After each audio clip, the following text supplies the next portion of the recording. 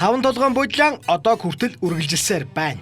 Өнгөрсөн сонгуулийн дүн санаанд оромгүй байдлаар гарсан явдал нь цэвэр MCS-ийн гар хөл оролцсон хэрэг байсан ба тэд лойрын сонгуулийнхаа төгсгөлд 5 толгой манайх боллоо бид ядлаа хэмээн архитаж байсан гэлцдэг. Тэгэхээр өнгөрсөн сонгуулийн зорилго нь улс төрийн намууд улс орноо хөгжүүлэхийн төлөө биш, улс орноо лойрдохын төлөө зүтгэсэн сонгуул болж таарлаа. Одоо дуулийн шууга намжсан сайд дарга нараа тодруулан бялууга хувааж дууссан тул лойроо эхлүүлэх ажиллагаанд оржээ. 5 толгойг маань төр засгийн томчуудаар бүрдэл болсон Energy Resource компанид өгөх болсон мэдээлэл цацагдаж эхэлсэн. Энэ шууганы хамгийн аимшигтай нь ердөө 2 сарын дараа Чалкагийн өр ширийг төлж дуусгаад Монголдо ашгаа өгч эхлэх 5 толгойн үлдсэн жохон өрийг тэгэлсэн болоод дээр нь нэмж $400 сая зээл завангуудаа 5 толгойн 49% хятадуудад үүрд өгөх тухай хэлцэж тохирод зөвхөн гарын үсэг зурдаг дээрээ хүрсэн байсан гинэ. Эрдэнэс 5 толгой нь одоогийн байдлаар өдөр бүр $2 сая нүүрс хятад руу ачуулан гаргаж байгаа ба хөрс хуултаа дуусч зөвхөн хутгаж ачаад л байх дээрээ хүрсэн туйлын ашигтай бизнес үхий орд газар болчиход байгаа юм.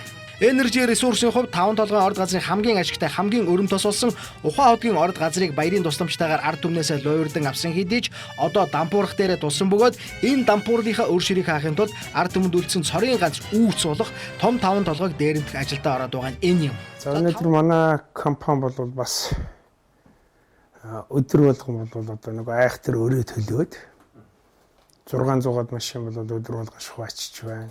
Бодит амьдрал дээр очиж үзээрэй. Манайх ч одоо өдөр болгон л $2 сая одоо нүүрсээ бол гаргаж яадаг.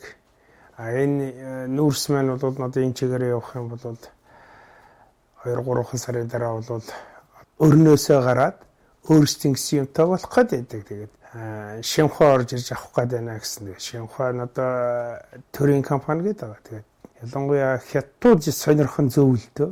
Хятадууд бол ягаад ашигтай учраас тасралтахгүй энэс уралдаад байгаа гэдэг хүн болгон бол бодмоор. Монголд ашиггүй, Монголын ард түмэнд ашиггүй, манай уурхаад ашиггүй байвал одоо бас бид эсрэг үс тэмцэх болно.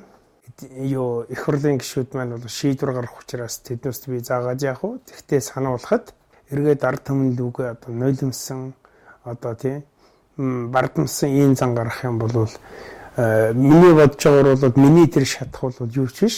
Монголын ард түмэн бол шатаах юм олонтой л болох байх гэж би тавханд ханджилж байна. За 5 толгойн уурхай бодит байдал дээр ийм л болоод байна.